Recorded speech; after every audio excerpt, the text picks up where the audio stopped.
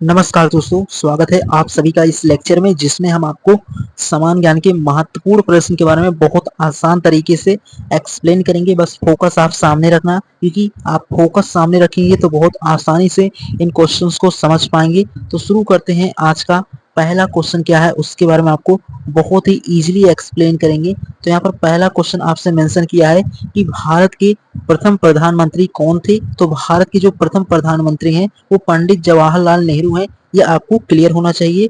ये क्वेश्चन सीधे एग्जाम में बनने वाले क्वेश्चन हैं और आप लोगों के प्रीवियस ईयर एग्जाम में आए हुए क्वेश्चंस हैं। एंड उसी प्रकार सेकंड है, इसमें मेंशन किया है कि 1857 की क्रांति का मुख्य कारण क्या था। यानी कि जो 1857 की क्रांति हुआ था उसका मुख्य क्या कारण अगर आपसे एग्जाम में पूछेगा तो उसका जो कारण था वो यही था कि सैनिक वो यानी कि जो सैनिक थे उनमें असंतोष था, क्योंकि जो वो सैनिकों में असंतोष इसलिए था क्योंकि जो ब्रिटिश थे यानी कि ब्रिटिश सोल्जर जो थे वो जो कारतूसों का प्रयोग करते थे उसमें गाय और सुअर की चर्बी का प्रयोग करते थे, जिससे जो सैनिक थे उनमें ये यानी कि जो सैनिक थे वो ये नहीं चाहते थे कि उन्हें गाय और सुअर की चर्बी से मिले हथियार। तो इसीलिए 1857 की क्रांति का ये पहला कारण था कि सैनिक असंतोष और कारतूसों में गाय सुअर की चर्बी का प्रयोग, यही मेन कारण था 1857 क्रांति का मुख्य कारण। एंड उसी प्रकार ये क्वेश्चन अपने आप में खास है और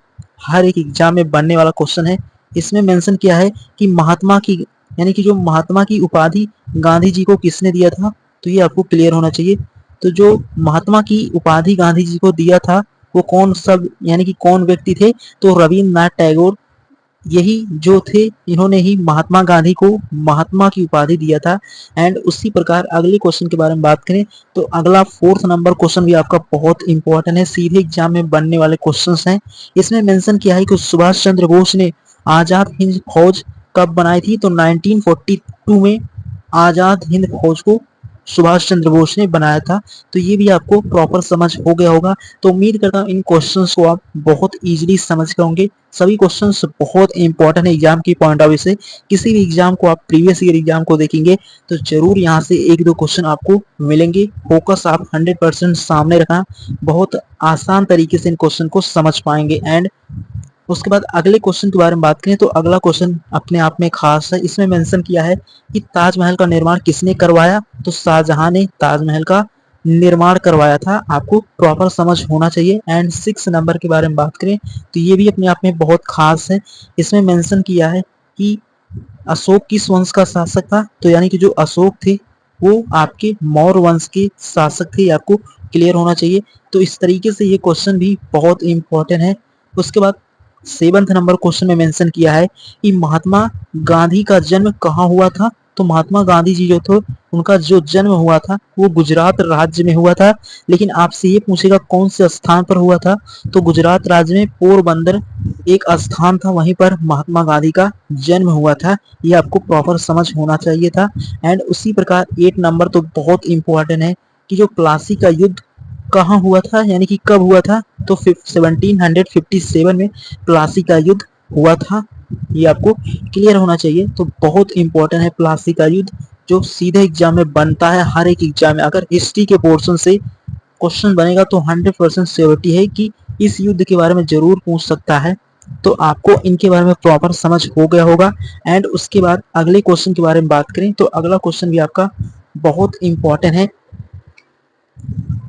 उसके बाद अगला क्वेश्चन ये है, इसमें मेंशन किया है कि झांसी की रानी लक्ष्मीबाई का असली नाम क्या था। तो यानी कि जो झांसी की रानी लक्ष्मीबाई थी उनका असली नाम मणिकर्णिका था। ये आपको क्लियर होना चाहिए। बहुत इंपॉर्टेंट है, सीधे एग्जाम में बनने वाले क्वेश्चंस हैं। एंड 10th नंबर के बारे में बात करें तो यहाँ पर मेंशन है, ये भी क्वेश्चन आपका बहुत इंपॉर्टेंट है कि दिल्ली का लाल किला किसने बनवाया। तो शाहजहां ने दिल्ली के लाल किले यानी कि जो दिल्ली का लाल किला था उसे शाहजहां ने बनवाया था।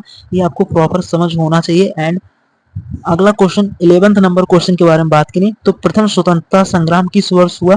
तो 1857 में प्रथम स्वतंत्रता संग्राम हुआ था। ये आपको क्लियर होना चाहिए। तो ये सभी क्वेश्चन एग्जाम के पॉइंट ऑफ व्यू से बहुत इंपॉर्टेंट है, क्योंकि इसमें हर एक तरीके के क्वेश्चंस हैं।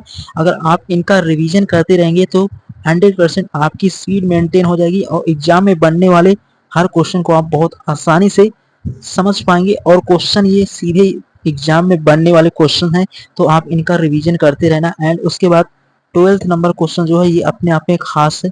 इसमें मेंशन किया है कि भारत छोड़ो आंदोलन कब हुआ था, तो 1942 में भारत छोड़ो आंदोलन महात्मा गांधी जी ने शुरू किया था। और किसके लिए किया था, तो जो नील की खेती करने वाले किसान थे उनके लिए महात्मा गांधी जी ने 1942 में भारत छोड़ो आंदोलन शुरू किया था। एग्जाम के पॉइंट ऑफ व्यू से ये क्वेश्चंस बहुत इंपॉर्टेंट है, सीधा एग्जाम में पूछे जाते हैं क्वेश्चन, तो इनका रिवीजन जरूर करना। और आपको क्लास सही लगे तो अपने सभी फ्रेंड के साथ शेयर करना। अगर आपको किसी भी क्वेश्चन में डाउट हो तो कमेंट बॉक्स में मेंशन कर सकते हैं।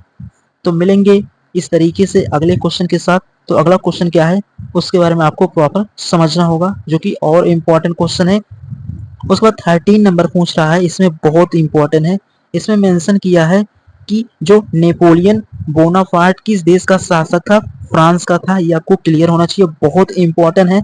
एंड उसी प्रकार 14 नंबर क्वेश्चन के बारे में बात करें, सीधा एग्जाम में बनने वाले क्वेश्चन है कि भारत का संविधान कब लागू हुआ था, तो 26 जनवरी 1950 को भारत के संविधान को लागू किया गया था, 26 जनवरी 1950 को।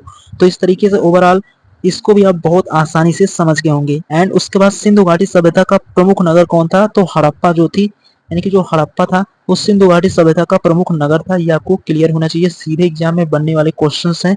एंड उसी प्रकार 16 नंबर क्वेश्चन के बारे में बात करें तो ये अपने आप में खास है। इसमें बोल रहा है कि दादा भाई, एंड उसके बाद अगला क्वेश्चन था 16 नंबर, इसमें पूछ रहा है कि दादा भाई नौरोजी को क्या कहा जाता था, तो दादा भाई नौरोजी को grand old man of India, यानी कि भारत का वृद्ध पुरुष कहा जाता है। ये आपको क्लियर होना चाहिए, सीधे एग्जाम में बनने वाले क्वेश्चंस हैं।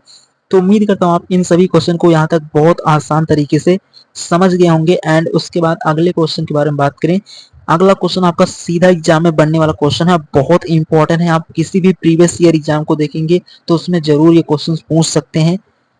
तो क्वेश्चन क्या है आपका कि जलियांवाला बाग हत्याकांड कब हुआ था, तो 13 अप्रैल 1919, यानी कि 13 अप्रैल 1919 को जलियांवाला बाग हत्याकांड हुआ था।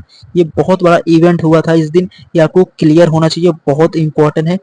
एंड उसके बाद अगले क्वेश्चन के बारे में बात करें तो अगला क्वेश्चन भी आपका बहुत इंपॉर्टेंट है कि चंपारण आंदोलन का नेतृत्व किसने किया था, तो जो चंपारण आंदोलन हुआ था उसका नेतृत्व महात्मा गांधी जी ने किया था। ये आपको क्लियर होना चाहिए। एंड उसी प्रकार 19 नंबर क्वेश्चन भी अपने आप में खास है।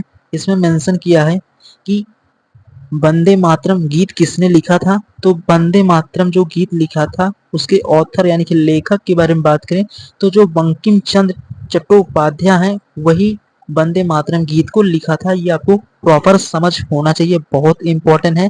तो इस तरीके से आप 19 नंबर क्वेश्चन को बहुत आसान तरीके से समझ गए होंगे। एंड उसके बाद अगले क्वेश्चन के बारे में बात करें तो अगला क्वेश्चन आपका 20 नंबर क्वेश्चन, ये भी अपने आप में खास है। इसमें मेंशन किया है कि आर्य समाज की स्थापना किसने की, तो आर्य समाज की स्थापना करने वाले हैं स्वामी दयानंद सरस्वती जो थे वो आर्य समाज। तो इस तरीके से आर्य समाज की जो स्थापना करने वाले हैं वो स्वामी दयानंद सरस्वती हैं। ये आपको क्लियर होना चाहिए, बहुत इंपॉर्टेंट है। एंड उसके बाद अगले क्वेश्चन के बारे में बात करें तो अगला क्वेश्चन आपका बहुत इंपॉर्टेंट है कि भारत का सबसे बड़ा राज्य क्षेत्रफल के अनुसार जो है वो आपका राजस्थान जो है वो सबसे बड़ा राज्य है क्षेत्रफल के अनुसार। एंड उसी प्रकार बात करें भारत की सबसे लंबी नदी जो है वो सबसे बड़ी नदी के बारे में पूछेगा तो वो गंगा नदी हो जाएगा। ये भी आपको प्रॉपर समझ होना चाहिए। एंड उसी प्रकार 23 के बारे में बात करें तो भारत पर सबसे बड़ा महासागर कौन सा है, तो भारत पर जो सबसे बड़ा महासागर है वो आपका प्रशांत महासागर जो कि भारत का सबसे बड़ा महासागर है। ये आपको क्लियर होना चाहिए, ये भी क्वेश्चन बहुत इंपॉर्टेंट है एग्जाम के पॉइंट ऑफ व्यू से। एंड 24 क्वेश्चन के बारे में बात करें तो 24 में मेंशन किया है आपका, इसमें बोल रहा है कि सूर्य के सबसे निकट ग्रह कौन सा है, तो जो सूर्य है आपका, सूर्य के सबसे निकट जो ग्रह है वो है आपका बुध। ये आपको प्रॉपर समझ होना चाहिए था। तो ये भी क्वेश्चन आप बहुत आसान तरीके से समझ गए होंगे, बहुत इंपॉर्टेंट है। एंड उसके बाद 25 के बारे में बात करें तो ये भी अपने आप में खास है। इसमें मेंशन किया है कि भारत की राजधानी क्या है, तो भारत की जो राजधानी है वो नई दिल्ली है। ये आपको क्लियर होना चाहिए। एंड उसी प्रकार अगला क्वेश्चन के बारे में बात करें, हिमालय पर्वत की सबसे ऊंची चोटी कौन सी है, तो हिमालय पर्वत की जो सबसे ऊंची चोटी है वो माउंट एवरेस्ट है। ये भी आपको क्लियर होना चाहिए। एंड उसी प्रकार नीलगिरी पर्वत श्रृंखला कहाँ स्थित है, तो दक्षिण भारत में आपको क्लियर होना चाहिए कि जो नीलगिरी पर्वत है वो दक्षिण भारत में स्थित है, ये आपको क्लियर होना चाहिए। सीधे एग्जाम में बनने वाले क्वेश्चन है। एंड 28 क्वेश्चन के बारे में बात करें, ये भी इंपॉर्टेंट है कि भारत का राष्ट्रीय जल चिन्ह कौन सा है, तो गंगा नदी जो है वो भारत का राष्ट्रीय जल चिन्ह है, ये आपको क्लियर होना चाहिए। तो उम्मीद करता हूँ अगर आपका फोकस सामने रहा होगा तो आप इन 28 क्वेश्चन को बहुत इजीली समझ गए होंगे, बहुत इंपॉर्टेंट है। एंड उसके बाद अगले क्वेश्चन के बारे में बात करें तो अगला क्वेश्चन भी आपका बहुत इंपॉर्टेंट है। तो इस तरीके से आप इस क्वेश्चन को देखेंगे तो यहाँ पर मेंशन है पृथ्वी का, यानी कि जो पृथ्वी पर सबसे ठंडा स्थान कौन सा है, तो पृथ्वी पर जो सबसे ठंडा स्थान है वो वास्टॉक स्टेशन यानी कि जो अंटार्कटिका में है, ये आपको समझना है, बहुत इंपॉर्टेंट है। एंड उसी प्रकार इस तरीके से अगला क्वेश्चन हो जाएगा, पूछ रहा है पृथ्वी की कुल सतह पर कितने प्रतिशत भाग पर जल से ढका हुआ है, यानी कि पृथ्वी का कितना परसेंट भाग जो है वो आपका जल से ढका हुआ है, तो 71% आपका जो पृथ्वी पर भाग है वो जल से ढका हुआ है। एंड उसी प्रकार अगला क्वेश्चन आपका बहुत इंपॉर्टेंट है, इसमें बोल रहा है भारत की सबसे ऊंची चोटी का नाम क्या है, तो भारत की सबसे ऊंची चोटी का नाम जो है वो कंचनजंगा है, ये आपको क्लियर होना चाहिए। एंड अगला क्वेश्चन आपका ये भी बहुत इंपॉर्टेंट है, सीधे एग्जाम में पूछा जाता है कि थार मरुस्थल कहाँ स्थित है। तो उम्मीद करता हूँ आप यहाँ तक सभी क्वेश्चन को बहुत इजीली समझ गए होंगे, बहुत इंपॉर्टेंट है। एंड उसके बाद अगले क्वेश्चन के बारे में बात करें तो अगला क्वेश्चन भी आपका बहुत इंपॉर्टेंट है, सीधे एग्जाम में बनने वाले क्वेश्चन हैं, ये आपको समझ होना चाहिए और बहुत इंपॉर्टेंट है। तो अगला क्वेश्चन आपका है, इसमें बोल रहा है कि भारत में सबसे अधिक वर्षा कहाँ होती है और किस राज्य में होती है, ये आपसे सीधे एग्जाम में पूछेगा। तो जो राज्य हो जाएगा वो मेघालय राज्य में होती है वर्षा, सबसे अधिक कौन से स्थान पर होती है, तो मौसिन राम में सबसे अधिक वर्षा होती है। एंड उसी प्रकार अगला क्वेश्चन ये भी बहुत इंपॉर्टेंट है कि कौन सा राज्य चाय बागानों के लिए प्रसिद्ध है, तो असम में चाय की खेती सबसे अधिक होती है और उसके लिए ये असम प्रसिद्ध है। तो असम भी आप भारत का एक राज्य है जिसकी राजधानी दिसपुर है, ये आपको प्रॉपर समझ होना चाहिए। एंड उसके बाद अगला क्वेश्चन इसमें मेंशन किया है कि सहारा मरुस्थल कहाँ स्थित है, जो आपका सहारा मरुस्थल है वो आपका अफ्रीका में स्थित है, ये आपको क्लियर होना चाहिए। जो आपका सहारा मरुस्थल है वो अफ्रीका में स्थित है, ये आपको क्लियर होना चाहिए। एंड उसके बाद 36 क्वेश्चन के बारे में बात करें तो सूर्य से तीसरा ग्रह कौन सा है, तो जो सूर्य है आपका, सूर्य से अगर तीसरे ग्रह के बारे में बात करें तो पृथ्वी है, ये आपको क्लियर होना चाहिए। तो सूर्य से सबसे निकट तो बुध है, लेकिन तीसरे स्थान पर पूछ रहा है तो पृथ्वी का स्थान है तीसरे स्थान पर।